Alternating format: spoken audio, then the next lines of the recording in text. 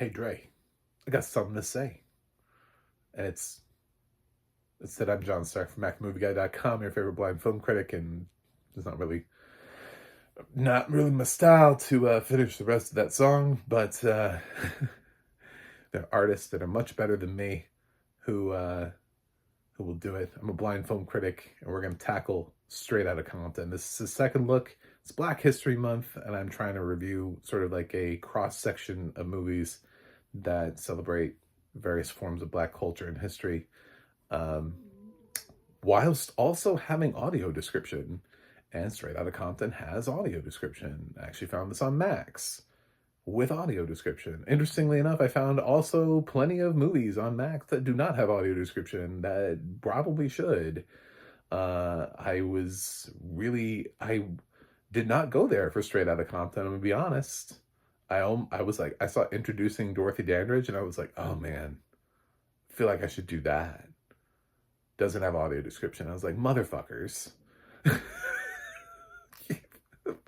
Motherfuckers. So anyway, click like and subscribe for this. And remember, diversity, equity, inclusivity, they're not your enemy. They're often the programs that lead to things like audio description and accessibility for people like me. And in this time, I would really love to grab as many of you as I can and run back into the burning building and put it out so that I have somebody to talk to about audio description and accessibility for blind and low vision users in film before they cancel all the programs and my accessibility. So, Straight Outta Compton, directed by F. Gary Gray, who has several like solid films in his credit, but this is arguably the closest he got to the Oscars. And this movie floated really close to the Oscars too, but it never really materialized in anything. There was never tech, like a whole lot of tech love for this, like below the line support is what we tend to call it. There was ensemble. It got a lot of ensemble nods. It was nominated for Ensemble at Critics' Choice. It was nominated for Ensemble at SAG. It did pick up film mentions from AFI, from NBR, and from Producers Guild. It got the coveted one of the 10 spots at the PGAs, but it didn't materialize into a Best Picture nomination. And mostly, even though he was praised for his performance, Jason Mitchell, who plays Eazy-E in this, was relegated to just a lot of critics groups. The supporting actor campaign individually for him never really fully materialized into any of the major campaigns. This movie was ignored completely by the Globes and BAFTAs, which was just not a great look for its Oscar chances.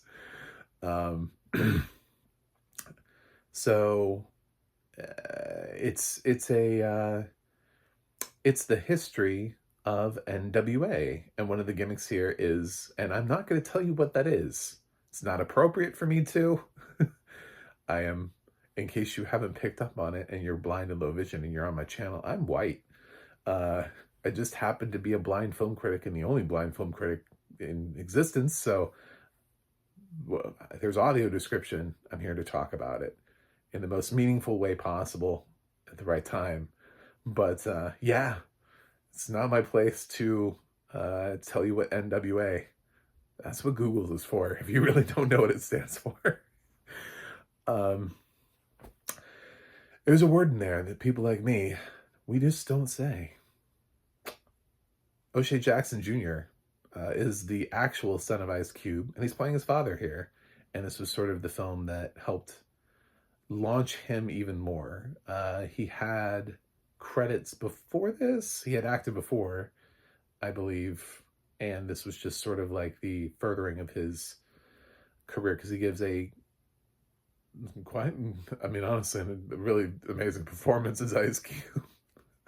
I mean, it seems like a daunting task to have to play your father. And when you think about, because we walk around with these like Nepo babies, right? And it's like, imagine how many of them actually playing their parents. Like, would you buy playing their parents. Like if Michael Douglas did a Kirk Douglas biopic right now, would you see Kirk Douglas or would you see Michael? You know, if we had a Will Smith, the Fresh Prince, the story, and then like Jaden is playing Will, do you think it would it would happen the same way? Like, do you think these people can play their parents? I don't know. I don't know that everybody can. So it seems like it seems like a really easy task because you sort of resemble the person in which you're playing, but at the same time also really hard. Corey Hawkins plays Dre. Jason Mitchell plays Eazy. We've also got some bigger names in the supporting cast outside of the core three that support NWA. We've got Paul Giamatti, who plays Jerry, who's their manager, and other names you'll recognize, like Academy Award nominee Lakeith Stanfield pops up for a hot second as Snoop, and I love that he's playing Snoop in this, and Alexander Shipp is Kim in this. So there's a couple of names that you might recognize from some other things. It's a fantastic story, especially for a one-time watch. I'll say this is like my third time on Straight Outta Compton, and I'm trying to remember how much I loved it the first time I watched it, because it is something that as I watch the movie, I'm feeling the runtime. I'm not quite as, because it's a little bit of a longer movie than this. I think it's close. I think it's pushing 2.5, and especially towards the, like, in certain parts of the film, it does kind of lag. If you've seen it before, you're like, can we get through this? There's a lot of like signaling of things to come, like especially when Suge Knight comes in, and you're like, oh well, okay. And like you just see scenes and party sequences, and it's like we could trim this down. You start thinking things like that. Like, I don't know, maybe we could have cut 5 minutes out of this. But I also remember watching Straight Outta Compton the first time and being like, this is great. This is a great biopic. You know, this moves along. So the first time through, I think if you haven't seen Straight Outta Compton and you've been writing it off because it's just some hip hop movie, you're undercutting the acting, the score, the actual screenplay nomination this film got, by the way, at the Oscars. This film is an Oscar nominee for Best Original Screenplay. So for a reason, because there's a complicated story here that it's willing to dive into and to tell.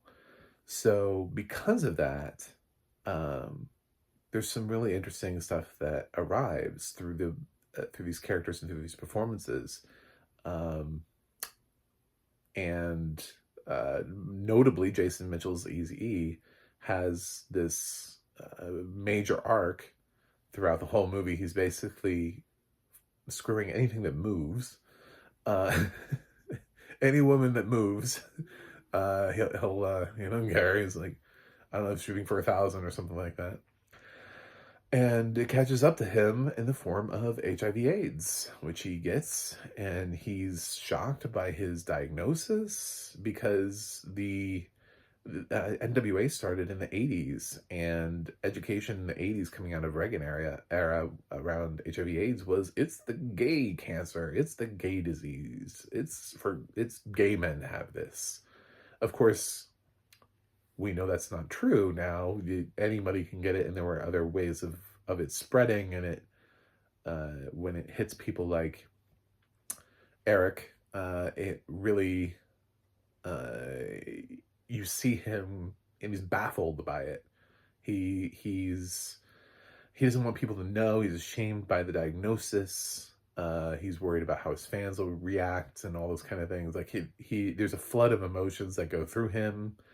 And his friends that sort of come and see him in his final days before he ends up dying of HIV/AIDS.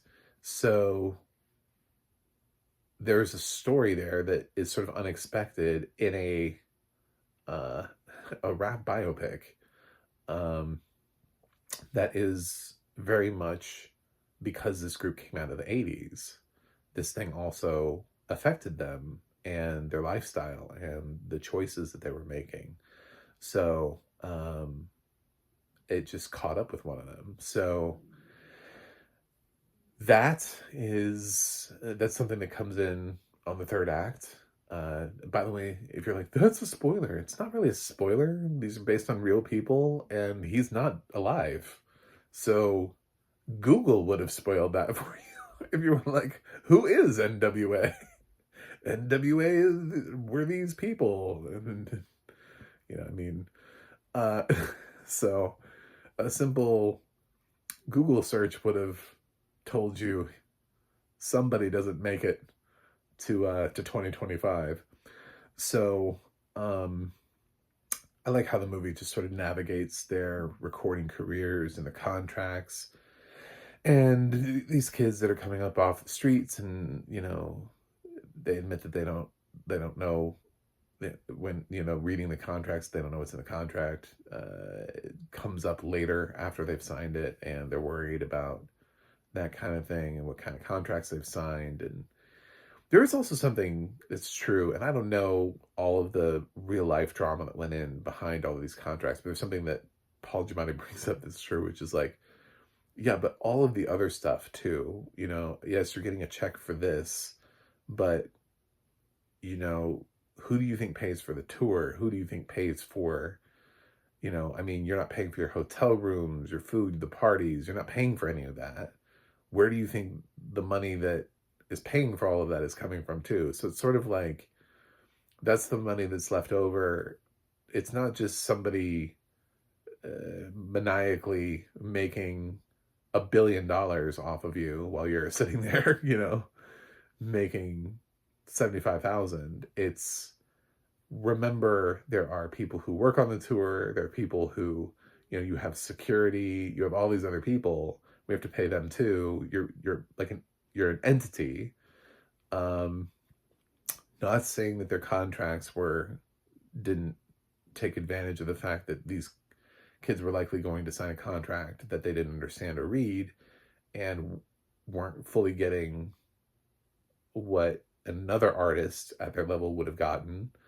But at the same time, he is right about that kind of stuff. There is a whole world that goes into it, which is one of the reasons why record sales matter so much, and why owning your own, why so many artists fight to own their own masters, so that they can have rights to things. So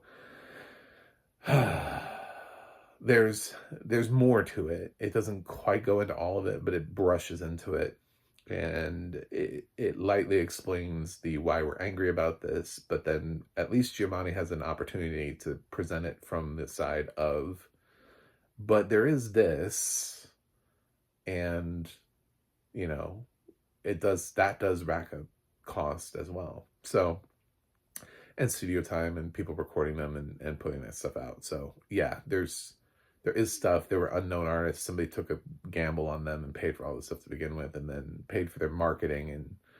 And so I think the conversation they have based off of like their beginning album and like first tour is the kind of conversation you have later on. Not necessarily as a breakthrough artist, but kind of conversation you have later on where you're like, okay, I'm on album 3. This check, like we've established by now that I don't need necessarily the introductory marketing. People know who I am. I'm a lot easier to sell to the world now. So why is this still shitty? I think the movie probably could have gone into that more. Now that I'm sitting there, like it's funny when you start watching movies like multiple times, you're like, where would I want more? Where would I want less? And that's kind of one of the things is like within the contract negotiation thing, because it becomes such a big part. It's Ice Cube walks away and becomes a solo artist over it, and later Dre is convinced by Suge Knight to go form Death Row Records, largely because of contracts. So, but it doesn't really actually tell you what's in a contract. It just kind of talks about contracts, talks around them, but it doesn't actually ever break down the stuff. So there's a really great scene with the gang in the LAPD where the LAPD just rolls up on them. They're outside the recording studio and makes them get on the ground, and they're frequently asking why are you, what are you, for what reason, why are you, and the LAPD is just like, shut up, well, we'll tell you later. No, tell us now. It's like, this is why we have body cams. Like, this is why body cams exist, is because cops used to just roll up on people like this and be like, hey, you're black. Get down on the ground. It's not funny, but I mean, like, literally that's what the scene is. It's shocking, and it's meant to be. And do I think that these guys actually went through stuff like that? Absolutely. And the stuff that they go through with Fuck the Police, as a result of their experience, and they start bringing up the First Amendment. They're like, it's our First Amendment right to be able to say this. Like, yeah. And I love that they use the FBI letter, that they actually publicize the fact that they got an FBI letter that threatens them for having the song. So, yeah, it's like saying that systematic failure in law enforcement is okay, and you need to stay silent about it. But NWA chooses not to, and performs it anyway. And I kind of wish there was like a landmark Supreme Court decision that had these guys in court. That would have been a great end for the movie too, also. But so it's a great little biopic thing. It does feel a little bit long on the third rewatch, but I think I remember the first time I watched this movie, it blew me away because I didn't expect it to be this good. I didn't expect the acting to be this good. Hip hop biopics can be a little bit of a mix. They can focus largely on the music. They can be okay. Like, Notorious is an example of a biopic that I don't hate. I think it's a good movie. I just don't think it's a great movie. I love 8 Mile.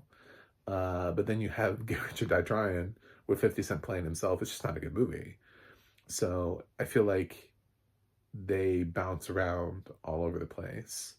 And Straight Outta Compton